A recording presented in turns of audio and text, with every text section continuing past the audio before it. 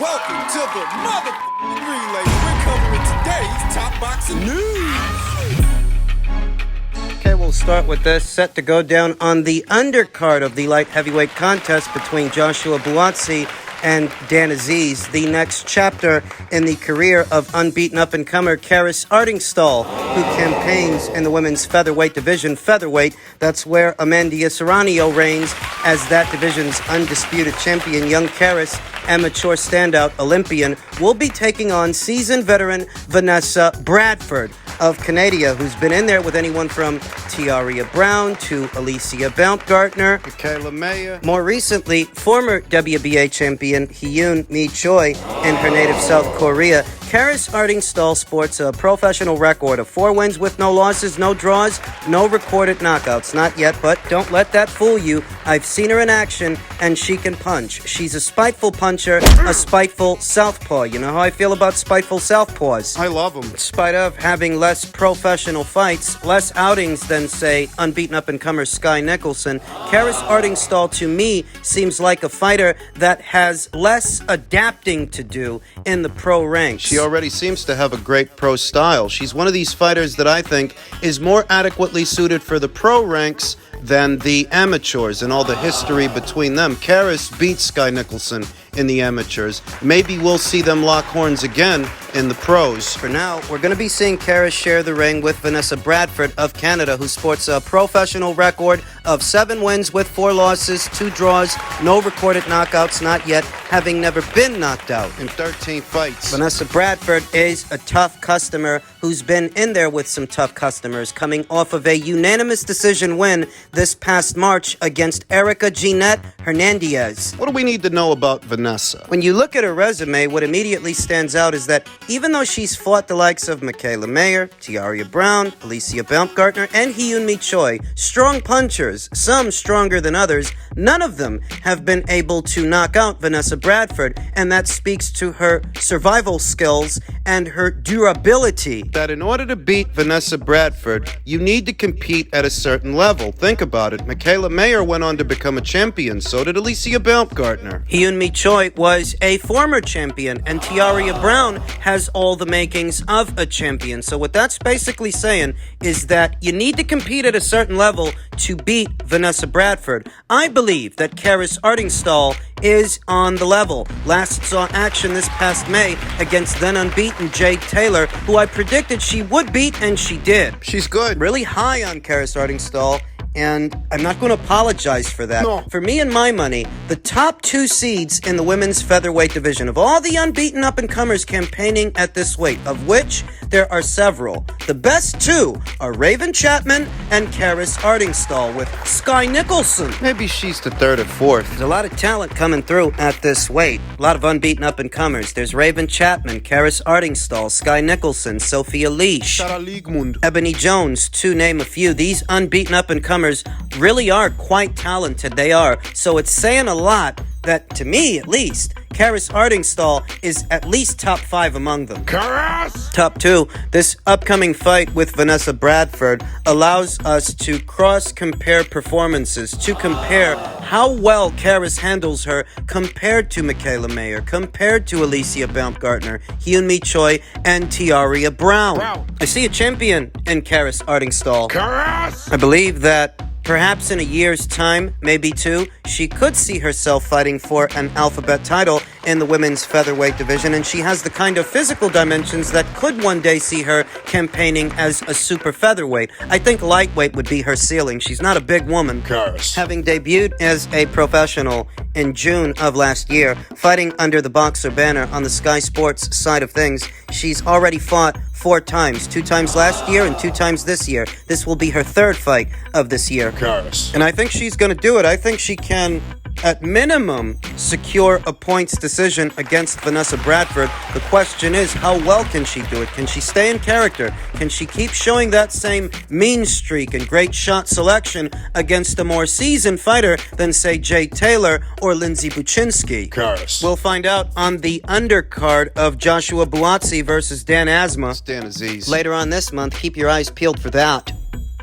Men's super middleweight news, the viewing figures continue to pour in. More robust viewing figures than Michael Woods' numbers from earlier this week. Canelo Alvarez versus Jermell Charlo reportedly did between 650 and 700,000 USA pay-per-view buys, according to Dan Raphael. That is more robust than the 600,000, just 600,000 initially reported from Michael Woods. This is closer to 7 or at 7. This is a more generous offering. And at a time when the PBC and Al Heyman are rumored to be shopping themselves around and in the market for a new broadcast partner, preferably the people at Amazon Prime, the fact that they still have 2 more fights with Canelo, that Canelo still has 2 more fights left on his deal with the PBC, these numbers are encouraging. You now have this to show the people over there at Amazon Prime. You've got this, you've got the numbers from the Crawford versus Spence fight and the numbers from the Gervonta Davis versus Ryan Garcia fight. It's got to be a part of the sales pitch.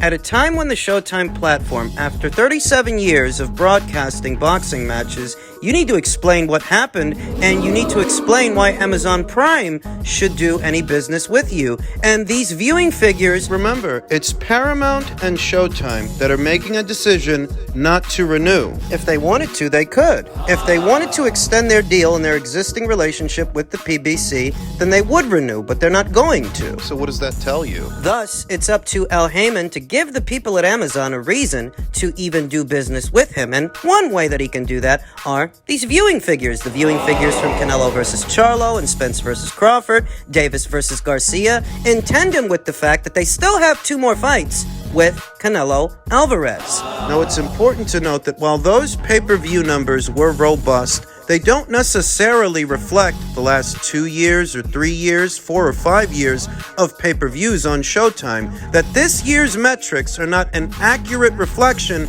of how they've been doing in recent years. For example, last year's Showtime box office fights did not put up the numbers they put up this year. We're a lot lower. And on average, a Showtime pay-per-view doesn't bring you the same numbers as Gervonta Davis versus Ryan Garcia or Canelo versus Charlo. That's not how their fights perform all the time, and I think the people at Amazon would be interested in knowing that. We'll see how they treat that information. We'll see if they decide to go ahead and do business with Al Heyman or decide to forego such a relationship. At this point, it's not a secret that Al would like for them to partner up with him, but we don't know how they feel about that. This recent set of figures has given rise to a conversation. The debate as to who the face of boxing is here today in 2023. Who is the sport's premier athlete? Who is the shining star amongst the shining stars, the brightest one? Twitter account that goes by the name MMA Uncensored asked, who's the face of boxing,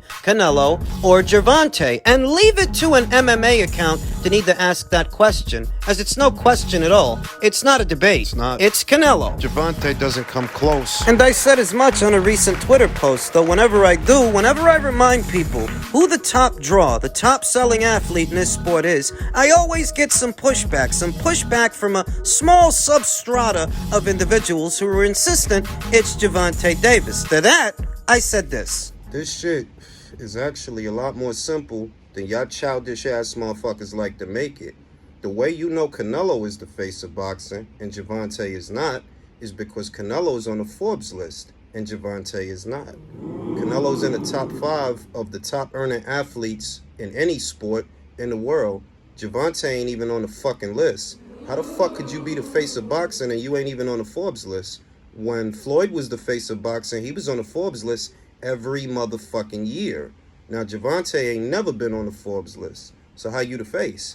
By the time that Canelo was the same age that Gervonta Davis is now, he already cracked 300,000 bars with little-ass fights. Little fights like the Angulo fight, the Lara fight, the Liam Smith fight. He sold 600,000 bars with Amir Khan, a welterweight. He sold 900,000 bars with Cotto. And by the time he was 28, the same age that Gervonta is now, he already fought Golovkin 2 times and sold 1 million bars with each one of them fights. That's not even counting the shit from the Mayweather fight.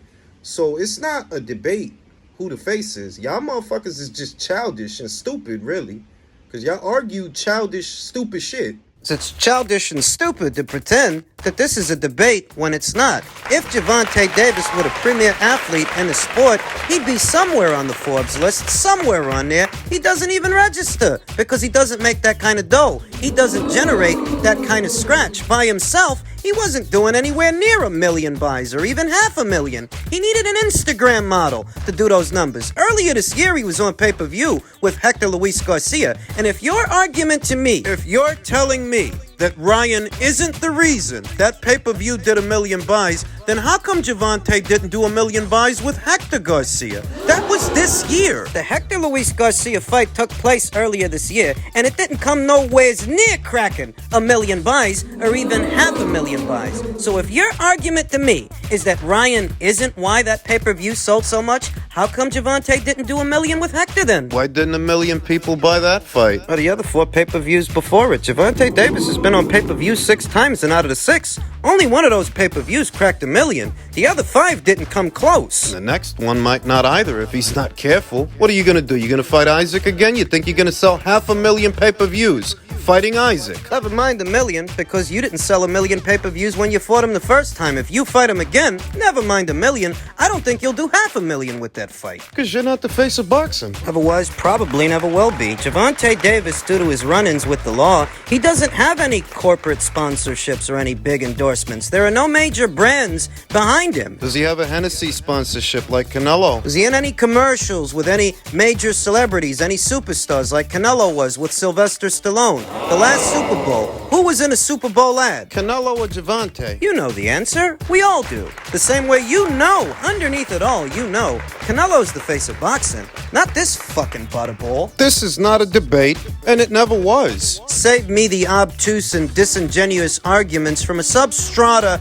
of individuals who are pretending that Gervonta Davis sold that pay-per-view all by himself, that Ryan had nothing to do with it. Then how come Gervonta never did 1 million buys before that? He was on pay-per-view 5 times. Is his next pay-per-view gonna do 1 million buys? Hey, if he fights Isaac Cruz again, maybe not Isaac, maybe if he fights Frank Martin, does he do 1 million buys with that fight? You know the answer. No, maybe he's the face of domestic violence, or maybe he's the face of hit-and-run accidents, maybe he's the face of Baltimore, but he ain't the face of boxing. That much is obvious. Because if he were, it would be his name up there on the Forbes list with Cristiano Ronaldo and Lionel Messi, LeBron James. But it's not his name up there. His name is nowhere to be found on the Forbes list. Canelo's is. Because he's the face of boxing.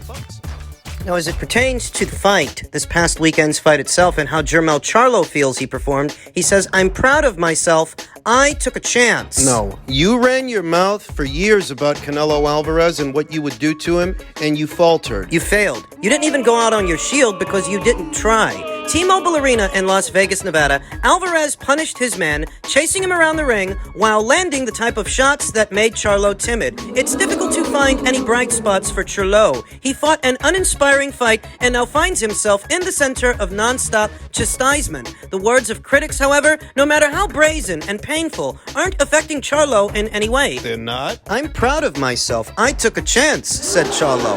"Jumped out there strong right off a hand injury. Jumped out there with one of the best guys in boxing." You're the one that wanted it. You don't get extra credit for having the fight, just having the fight, because having fights is your job. That is your trade, your profession. You're only doing what you're expected to do, and you don't get brownie points for that. Least of all, when you're the one who asked for this. You called him out. Selling wolf tickets about what you would do to him. You did that for years, only so when you finally get the opportunity, you spend the whole fight doing laps around the ring. My head is held high. I'm proud of myself. That makes one of us. Eddie Hearn very recently chimed in his post-fight thoughts about what he saw this past Saturday night. Really disappointing fight, awful. I thought Charlo was just like, I don't know, it's like even when Golovkin fought Canelo, he never in the third fight.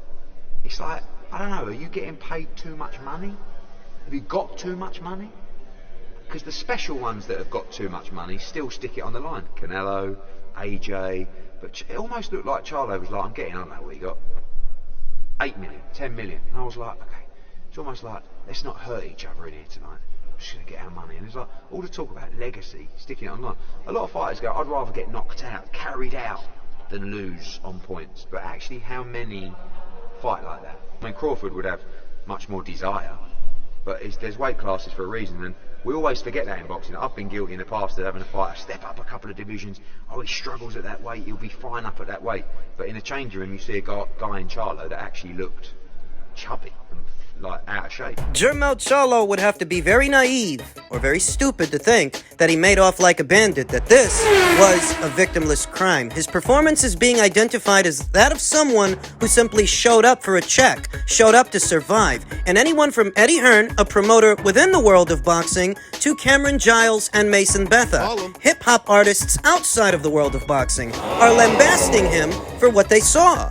You know it's bad when it reaches the people outside of the world of boxing. That's basically saying that anywhere in between 650 to 700,000 people saw you shit the bed. Cameron Giles seemed well informed enough. He at minimum knew that Jermell Charlo was calling out Canelo for years. He was calling him out for years, and he finally got the opportunity just so that the world could watch him shit the bed. There were consequences. If you thought you made out like a bandit based on what you stood to make from that fight, You didn't. you didn't make off like a bandit, because now the question is, who the hell wants to watch you? Whenever the PBC asks the paying public to reach into their wallets to purchase one of your fights or purchase a ticket to what you're doing and who you're fighting, who's going to want to be there? Who is going to want to show up? This defeatist mentality. That's what Al Heyman taught these fighters. That is his contribution to the sport of boxing. Boxers that don't think like boxers, don't act like boxers. Boxers that seem to want to be anything but boxers. Boxers who want to pull a fast one on the people that are paying to see them, the people whose favor they're supposed to be in. He's teaching these guys. He's telling them to rip the people off, to rip off the paying public. That's what he's doing. Adrian Broner's performance against Manny Pacquiao, Keith Thurman's performance against Manny Pacquiao, Jermell Charlo's performance against Canelo. Bunch of guys who can talk a good one, but when push comes to shove and it's all on the line, they phone it in. They buckle under the pressure. Boxing doesn't need fighters like this. Boxing. You shouldn't have to pay $80 or $85 to watch a professional boxer phone it in. $85 to watch Jermell survive. You know, when Daniel Jacobs fought Gennady Golovkin, he gave such an earnest effort in that performance that even though he lost, afterwards, his stock rose. He kept making money, very good money, and eventually, he got himself a Canelo fight. We can't say that about Jermell. With Jermell, it's very obvious that you just showed up for a check. Congratulations.